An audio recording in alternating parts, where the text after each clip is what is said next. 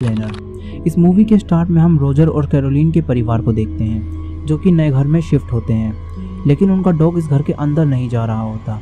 वहीं हम रोजर की एक बेटी अप्रैल को देखते हैं जिसे पेड़ के पास एक टॉय मिलता है और वो उसे अपने साथ रख लेती है। और जब सारी लड़कियां खेल रही होती हैं तो उनसे एक लकड़ी टूट जाती है।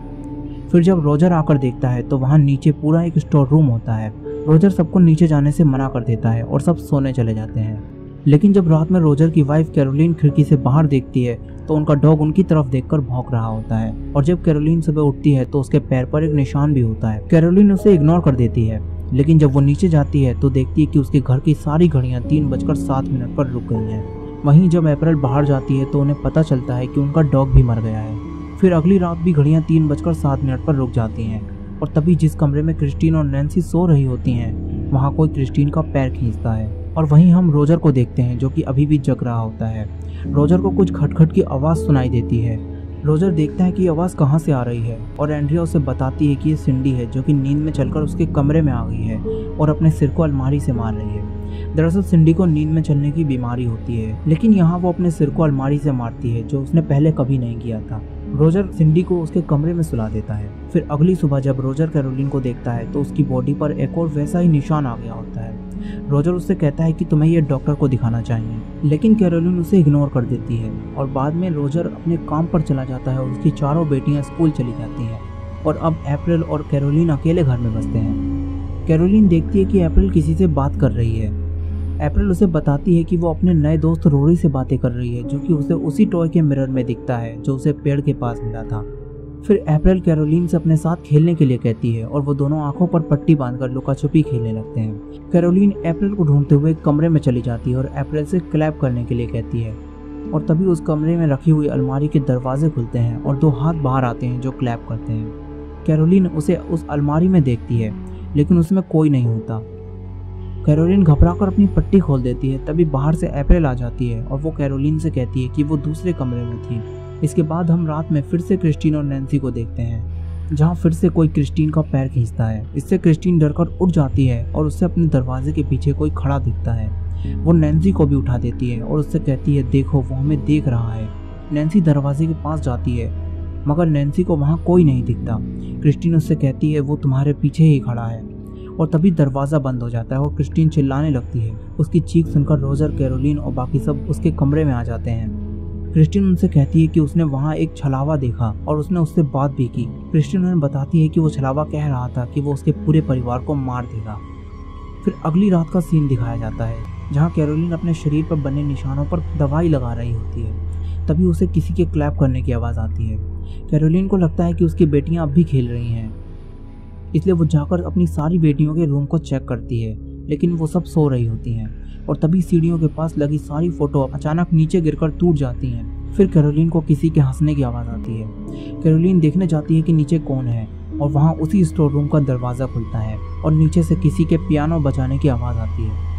कैरोलिन डरते हुए वहाँ जाती है और कहती है कि जो कोई भी नीचे है मैं उसे लॉक कर रही हूँ, मगर तभी उसका दरवाज़ा खुद ही बंद हो जाता है जिससे कैरोलिन अब उसी रूम में गिर जाती है। कैरोलिन देखती है कि वहाँ कोई नहीं है, लेकिन तभी उसकी तरफ एक बॉल आती है। कैरोलिन डरकर वहाँ से ऊपर की तरफ भागने लगती है और तभी वहाँ जो बल्ब जल रहा होता है वो भी टूट जाता है। कैरोलिन माचिस की तीली जलाती है और देखती है कि कौन है जो ये सब कुछ कर रहा है। तभी एक आवाज़ आती है जो उससे कहती है क्या तुम मेरे साथ खेलोगी, और उसके पीछे से 2 हाथ आते हैं जो क्लैप करते हैं। कैरोलिन अब बहुत डर जाती है और दरवाजे को जोर जोर से पीटने लगती है, लेकिन वो बाहर से लॉक होता है। फिर हम एंड्रिया को देखते हैं जिसके कमरे में सिंडी नींद में आ जाती है और अपना सिर अलमारी से मार रही होती है। एंड्रिया उसे रोककर उसे बेड पर सुला देती है, लेकिन तभी उस अलमारी के दरवाजे खुलते हैं। एंड्रिया उन दरवाज़ों को बंद करने जाती है, तभी उसे अलमारी के ऊपर एक छलावा दिखता है जो कि उसके ऊपर कूद जाता है और वो दोनों डरकर चीखने लगती हैं। और तभी रोजर भी अपने काम पर से आ जाता है। वो चीखें सुनकर अंदर जाता है और कैरोलिन को बाहर निकालता है और सब एंड्रिया के कमरे में पहुंच जाते हैं जहाँ कैरोलिन और उसकी सारी बेटियां बहुत डरे हुए होते हैं। उन्हें पता चल चुका होता है कि उनके अलावा भी यहाँ पर कोई और है, लेकिन रोजर अभी भी कुछ नहीं समझ पा रहा होता है। और अब इस कहानी में एंट्री होती है एड और लॉरेन वॉरेन की, जो कि पैरानॉर्मल इन्वेस्टिगेटर होते हैं और उनके घर में बहुत सी ऐसी चीज़ें होती हैं जिन पर कुछ काला साया होता है या तो वो श्रापित होती हैं। एड और लॉरेन केस की छानबीन करते हैं और वो उस चीज़ को जो श्रापित होती है अपने घर ले आते हैं, जहाँ वो सारी चीज़ें कमरे में कैद होती हैं। फिर एक दिन कैरोलिन उनके पास आती है और उनसे कहती है कि उसके घर में बहुत अजीब चीज़ें हो रही हैं, क्या वो उसके घर को आकर देख सकते हैं। फिर अगले दिन एड और लॉरेन रोजर के घर आते हैं। कैरोलिन और रोजर उन्हें बताते हैं कि जब से वो इस घर में आए हैं तब से इस घर में कुछ न कुछ अजीब चीजें हो रही हैं। सुबह जो भी पक्षी उनके घर के ऊपर से गुजरता है वो मरकर उनके गार्डन में गिर जाता है। रोज रात में घड़ियां 3:07 पर रुक जाती हैं और दरवाजे रात भर बजते रहते हैं। रोजर और कैरोलिन उन्हें स्टोर रूम दिखाते हैं, जहाँ लॉरेन देखते ही समझ जाती है कि यहाँ बहुत कुछ बुरा हुआ है। लॉरेन को वहाँ कई आवाजें भी सुनाई देती हैं। एड रोजर और कैरोलिन से बात करता है और उनकी सारी बातों को रिकॉर्ड भी कर रहा होता है। वहीं लॉरेन अप्रैल से बात करती है और कहती है कि तुम्हारे मॉम डैड ने बताया तुम्हारा एक दोस्त भी है। अप्रैल उससे कहती है कि उसका नाम रोरी है और वो हमेशा दुखी रहता है।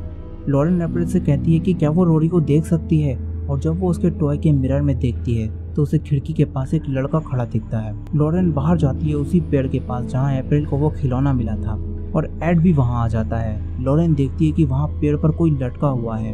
वो दोनों रोजर और कैरोलिन से पूछते हैं कि यहाँ पहले कौन रहता था। रोजर उन्हें बताता है कि उन्होंने ये घर नीलामी में खरीदा था, इसलिए उन्हें नहीं पता कि यहाँ कौन रहता था। फिर लॉरेन उन्हें बताती है कि उसने यहाँ एक काली परछाई को देखा है। जब वो लोग घर में घुसे थे तो वो रोजर और कैरोलिन के पीछे खड़ी थी। दूसरी बार उन्होंने उसे लड़कियों के पीछे खड़ा देखा और इस काली परछाई में काफी नफरत भरी है। फिर एड और लॉरेन वहां से चले जाते हैं और वो कहते हैं कि वो किसी को इस प्रॉपर्टी की छानबीन करने के लिए कहेंगे। इसके बाद एड और लॉरेन को उनके घर पर दिखाया जाता है, जहां एड उसी बातचीत को सुन रहा था जिसे उसने रिकॉर्ड किया था, लेकिन वो देखता है कि उसमें कैरोलिन और रोजर की आवाज़ रिकॉर्ड ही नहीं हुई थी। वो ये चीज़ लॉरेन को दिखाता है और उसमें सिर्फ एड की ही आवाज़ होती है। फिर लॉरेन एड से कहती है कि यहाँ पहले भी बहुत सारे लोग मारे जा चुके हैं। एक औरत ने शैतान को अपनी सोल दी और ज़मीन पर कब्जा करने वालों को शाप दे दिया और खुद उस पेड़ से लटक कर मर गई, और उसकी मौत का समय था 3:07। वहीं एक और परिवार वॉकर, जिनका एक बेटा रोरी था, जो कि अचानक एक दिन जंगलों में गायब हो गया और कहीं नहीं मिला, और फिर उस औरत ने भी खुद को उस स्टोर रूम में मार दिया। लॉरेन एड को ये सब कुछ बता ही रही थी कि तभी वहाँ रखा टैप रिकॉर्डर स्टार्ट हो जाता है, जिसमें एड की आवाज़ थी और उसके घर से काफ़ी चीखों की आवाज़ आ रही थी। फिर हमें घड़ी को दिखाया जाता है जिसमें टाइम हो रहा होता है 3:07। फिर अगले दिन एड और लॉरेन दोबारा कैरोलिन के घर आते हैं और उनके साथ आज ड्रू और एक पुलिस ऑफिसर ब्रैड भी होता है। वो सब मिलकर घर के हर कमरे में एक कैमरा और एक साउंड रिकॉर्डर लगा देते हैं और उस पेड़ के पास भी वो कैमरा लगाते हैं ताकि वो कुछ सबूत इकट्ठा कर सकें। इसके बाद ही चर्च से वो परमिशन ले सकते थे इस घर पर कुछ करने की। एड और लॉरेन रोजर और कैरोलिन को इस घर में हुई सारी घटनाओं के बारे में बताते हैं और क्रॉस को घर में हर जगह लगा देते हैं, जिससे वो शैतान कोई प्रतिक्रिया दे जिसे वो सबूत की तरह इस्तेमाल कर सकें। और तभी इस स्टोर रूम का दरवाज़ा अपने आप ही खुलता है और एड और लॉरेन स्टोर रूम में जाते हैं और कहते हैं कि हम तुमसे बात करना चाहते हैं, हमें बताओ क्या हुआ था। लेकिन उन्हें वहाँ कोई नहीं मिलता और वो ऊपर आ जाते हैं और तभी दरवाज़ा खुद ही बंद हो जाता है और अब सबूत ढूंढने के लिए वो चारों कैरोलिन के घर रुक जाते हैं। कैरोलिन बहुत थक गई होती है, इसलिए एड उससे कहता है कि तुम आराम कर लो, यहाँ मैं और लॉरेन सब संभाल लेंगे। जिसके बाद कैरोलिन अपने कमरे में आराम करने चली जाती है और रोजर सारी लड़कियों के साथ बाहर घूमने चला जाता है। तभी लॉरेन बाहर कपड़े फैला रही होती है और काले बादल आ जाते हैं और तेज हवाएं चलने लगती हैं और एक कपड़ा उड़कर कैरोलिन के कमरे की खिड़की की तरफ चला जाता है। लॉरेन देखती है कि कैरोलिन के कमरे में कोई और भी है। वो तुरंत ही उसके कमरे की तरफ जाती है। फिर हम कैरोलिन को देखते हैं जिसके शरीर पर और भी ज्यादा निशान बनने लगते हैं और कैरोलिन के सामने एक आत्मा आती है। कैरोलिन चीखने लगती है, तभी वहाँ लॉरेन पहुँच जाती है जिसे कैरोलिन की आवाज़ अब भी आ रही होती है। लेकिन कैरोलिन जब दरवाज़ा खोलती है तो वो उससे कहती है कि कुछ नहीं हुआ। फिर यहाँ रोजर और बाकी सब वापस आ जाते हैं और हम रात के सीन को देखते हैं जहाँ वही पुलिस ऑफिसर ब्रैड को एक नौकरानी दिखती है जो उससे कहती है कि देखो तुमने मुझसे क्या करवा दिया। ब्रैड उसके पीछे जाता है, तभी वो नौकरानी आकर उस पर हमला कर देती है।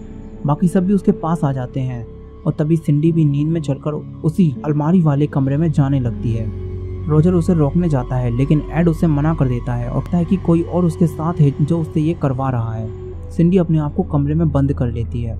लॉरेन उस कमरे में लगी साउंड रिकॉर्डर को सुनती है। कोई सिंडी से कह रहा होता है कि मेरे पीछे आओ, मैं यहीं छुपता हूँ। और जब वो दरवाज़ा खोलते हैं तो सिंडी वहाँ नहीं होती। वो सिंडी के पैरों के निशानों का पीछा करते हैं और उन्हें अलमारी के अंदर एक दरवाज़ा मिलता है और सिंडी वहीं होती है। फिर अप्रैल लॉरेन को बताती है कि जब भी रोरी डरा हुआ होता है तो वो वहीं छुपता है। जिसके बाद लॉरेन उसके अंदर जाती है और देखती है कि अप्रैल के पास जो टॉय है वो उसी जगह से निकाला गया है। तभी नीचे की लकड़ी टूट जाती है और लॉरेन नीचे गिर जाती है।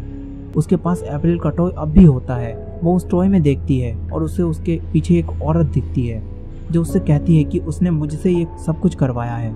फिर लॉरेन को हवा में एक आत्मा दिखती है। लॉरेन उससे बचकर भागती है लेकिन वो उसका पेंडेंट ले लेती है।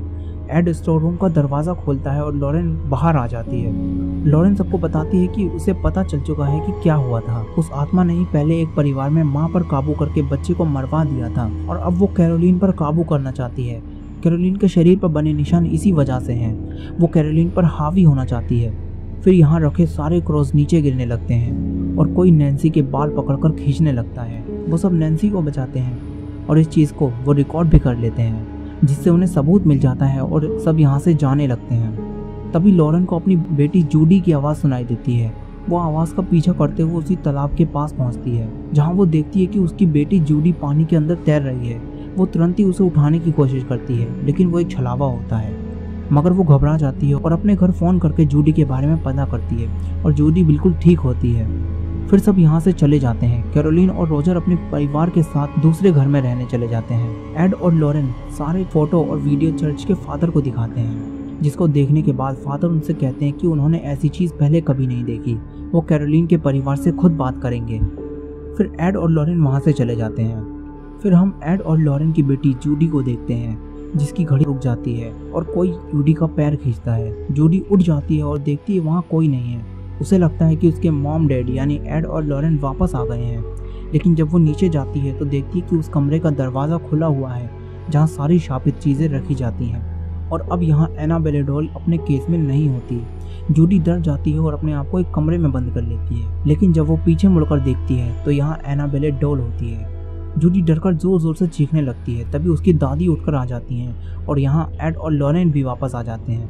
वो दरवाज़ा खोलकर जूडी को बचा लेते हैं। जूडी उन्हें बताती है कि एनाबेले डॉल अपने केस में नहीं थी, इसलिए एड एनाबेल के केस को देखने जाता है। लेकिन अब एनाबेल केस में होती है। फिर हम रोजर को देखते हैं जो बाहर से आता है। एंड्रिया उसे बताती है कि अभी कैरोलिन, क्रिस्टीन और अप्रैल को लेकर पता नहीं कहाँ चली गई। रोजर एड और लॉरेन को फोन करता है। लॉरेन उसे बताती है कि वो आत्मा माँ पर हावी होकर बच्चों को मरवाती है। एड रोजर से कहता है कि तुम वापस घर जाओ, हम तुम्हें वहीं मिलेंगे। जिसके बाद सब वापस उसी घर में पहुंच जाते हैं। कैरोलिन वहाँ क्रिस्टीन को मारने की कोशिश कर रही होती है और सब उसे बचा लेते हैं। लेकिन वहाँ अप्रैल नहीं होती, इसलिए ड्रू अप्रैल को ढूंढने जाता है। वो आत्मा कैरोलिन को घर से बाहर नहीं ले जाने देती और वापस स्टोर रूम में खींच लेती है। और अब कैरोलिन को बचाने के लिए वो उसे कुर्सी से बांध देते हैं और एड अब पवित्र मंत्र पढ़ने लगता है। वो आत्मा बहुत तेजी से चीखती है जिसकी वजह से सारा सामान नीचे गिरने लगता है और बाहर बहुत सारे पक्षी पूरे घर को घेर लेते हैं। ड्रू अप्रैल को ढूंढ रहा होता है और उसे किचन के नीचे से अप्रैल की आवाज़ आती है। दूसरी तरफ एड मंत्र पढ़कर कैरोलिन को बचाने की कोशिश करता है, लेकिन तभी कैरोलिन हवा में उड़ने लगती और कुर्सी टूटकर गिर जाती है। वो आत्मा अब भी कैरोलिन के अंदर होती है। वो रोजर से कहती है कि तुम्हारी वाइफ मर चुकी है और अब तुम सबकी बारी है। तभी ड्रू आवाज़ लगाता है कि उसे अप्रैल मिल गई है, वो किचन के नीचे है। कैरोलिन अप्रैल को मारने के लिए उसके पास जाती है। लॉरेन और बाकी सब उसके पीछे जाते हैं। तभी लॉरेन कैरोलिन को उसके परिवार के साथ बिताई अच्छी यादों को याद दिलाती है और सब कैरोलिन को उस आत्मा से लड़ने के लिए हिम्मत देने लगते हैं। तभी वो आत्मा बाहर आती है। एड उसे पवित्र मंत्र पढ़ते हुए नर्क में जाने का आदेश देता है, जिसके बाद कैरोलिन होश में आ जाती है और अब कैरोलिन घर से बाहर भी जा पाती है और उसके शरीर पर बने सारे निशान खत्म हो जाते हैं। वो सब बहुत खुश होते हैं। अप्रैल लॉरेन को उसका पेंडेंट वापस देती है जो स्टोर रूम में छूट गया था। मूवी के आखिर में दिखाया जाता है कि एड और वॉरेन उस टॉय को अपने साथ ले आते हैं और उसी कमरे में रख देते हैं जहाँ सारी शापित चीजें रखी होती हैं और ये मूवी यहीं खत्म हो जाती है।